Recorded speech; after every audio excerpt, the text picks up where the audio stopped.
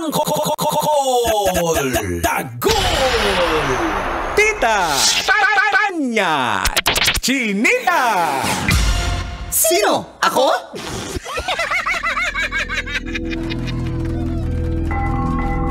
Maayong adlaw. Narinig ba? Luzon, Visayas, Mindanao. Muntik na namang ma-fall ang inyong tita. True.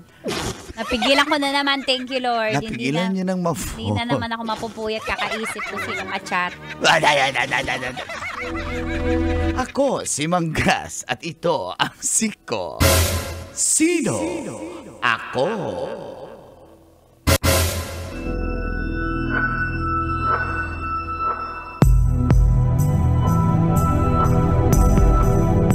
Pinag-uusapan sa balita ang isang Chinese man na gumraduate umano sa top universities, kabilang na ang Oxford University. Pero siya ay nagtatrabaho bilang isang delivery rider. Siya ay walang iba kundi si Ding Yuanzhao. Ang hirap bigkasin, 39 anyos, tubong China. Si Ding, sinasabi nga binansagang the food delivery rider with the highest education level. Bakit nga ba siya naging delivery rider? Ayon sa kanya, hirap daw siyang humanap ng trabaho kaya napilitan na lang maging delivery rider sa kabila ng umano'y impressive academic credentials niya. Meron siyang engineering degree at meron pa siyang PhD in biology. Uy! At meron siyang master's degree. Ulitin ko lang ha. Energy engineering sa Peking University. Hindi po yung Peking. PhD in biology sa Singapore at master's degree sa biodiversity sa Oxford University sa Britain. Imaginin mo na lang ang kanyang mga credentials. Sa true. Pero nag-delivery rider siya para umano. Umita siya. Sa Singapore siya nagtatrabaho. Ikaw, kabisyo, kaya mo rin bang mag-delivery rider? Yan.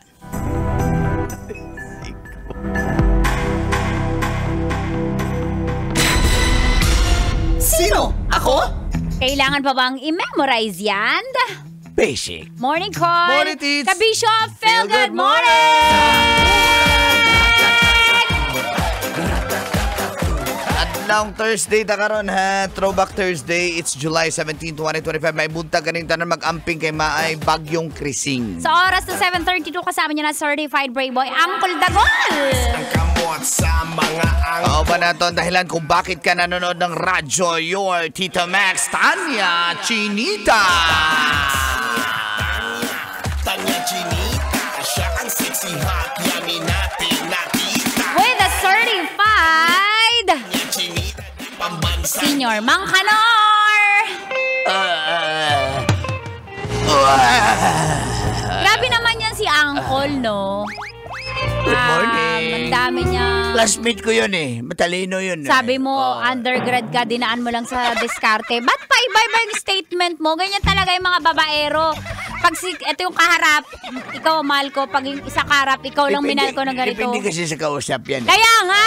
Depende sa nagtanong. Iba-iba ka Depende lang. sa nagtanong. Pero matalino yung batang yan. Pero bakit nga ba niya pinili mag-delivery rider call? Bakit nga? Kasi nga, nahirapan no siya maghanap ng trabaho. Since, kung titingnan niyo po ang credential nitong si Ding, na isang Chinese, Oh. ang, kumbaga, sofer, ano siya? Sofer. Tawag niyan yung, Five.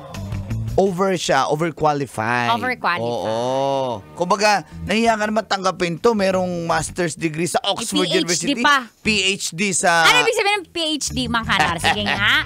Alam ko yan, saan niya pinapahid. PhD? Basta PhD? Pinapahid. Iba yun, Mang Kanor. Ano yun? Wait lang daw, makakatawa. Di ako nakarelate sa joke. Ay, ba pala yun. PH ba? Okay, hindi niya talaga na... PhD, so may ano siya. Doctor of? Oh. Ano yung PH? Doctor of Animals? Hindi, P. Doctor of Philippines. PH Philippines. Basic, napaka-basic guys. Napaka-basic. Di ba? Basic na basic. Doctor of Philippines. PhD. Hindi to bansa. Dr. Philip.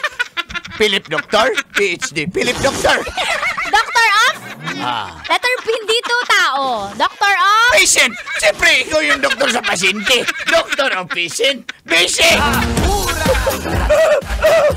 Alam ni Direct Phil. Hindi, wala to sa hospital. Direct Phil. Di PhD. Phil Direct. Pwede rin yan. Morning Direct.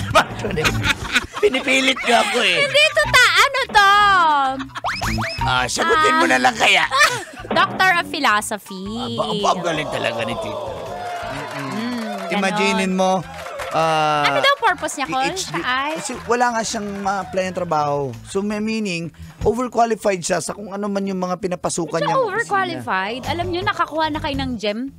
Nag-a-apply sa inyo, pinakawalan nyo pa. Ganyan din yung mga babaero di ba? Ang swerte nyo na sa babae. Mapagmahal, maalaga, loyal. Tapos nang babae ba kayo? Animal kayo? Ganyan! Guys, yun yung PhD yung pinag-usapan. Guys, hindi naman yung PhD eh. Ay! Iba yun. Pero totoo yan ha. Parang, akala mo kasi minsan, sabi mo, ano yan, magna cum laude, honor student yan. Pero mas pressure rin si pagdating ng panahon, kailangan ako makahanap ng magandang trabaho kasi tapos maya yung mga classmate mo nangungopia sa'yo, naging CEO na. Diba? So the pressure. Pero okay naman maging rider, diba? Wala namang masama. Walang problema kasi may umaangka sa'yo. Pwede ba courier? Courier? Parang ibang meaning ng courier, no? Parang may mga ipinagbabawal na gamot yung dinadala. Hindi, courier, taga-deliver, hindi. Grabe kayo sa courier. Iba yung dinideliver kasi. Diba? Courier. Pero sumisweldo lang naman siya ng mga around 700 Singapore dollars. Wait lang ha. Nice. Magkano yun in peso? Singapore 700, hindi 70. Sabi ko nga, nag-usap silang dalawa. 31,000. Kumikita sa 31,000 kahit pa paano. Oo, di ba malaki na yun, no? Mambababae din naman kayo eh. Babae niyo. Ano na naman yung pinagsasabi mo? Kahit magkano sweldo ng Pilipino na ano yan, nakakapambababae pa rin yan sila eh. Chinese to eh. Bakit Pinoy yung sinisermonan ko eh? Nadadamay na naman yung mga Dinadamay ko talaga yung mga Pilipino. Babaero. Ibig sabihin na hindi porket yabangan mo dahil antas na naabot mo sa edukasyon pero doon pa rin magkakaalaman sa makahanap ka ba ng trabaho, diskarte mo, di ba? Tama yan. Hindi madali ang buhay niya. Maging rider. Maging doktor. PhD nga eh. PhD siya eh. Yung doktor. Yung rider. May ADHD siguro yun. Yung doktor. Yung rider. Baka yung DJ. Morning po, parcel! Sabi nung rider? Sabi nung doktor. Uy! Baka si Doc Bimar yun. Yung doktor? Yung rider. Ma'am, picturean ko lang po yung parcel, ma'am. Pinicturan ng rider? Ng doktor. Iba yung pinicturan sa'yo eh. Ng doktor. Ng rider.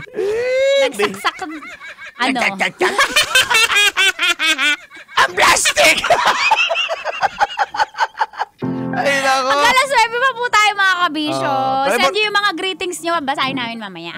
Importante pa rin naman yung pag-aaral. So, diskarte lang din and after. Diskarte also. Dapat yung collaboration ng diskarte at pag-aaral at pambababae. Walang ganun! Yung pambababae. Pauna dapat. Basic. Uy, ang plastic.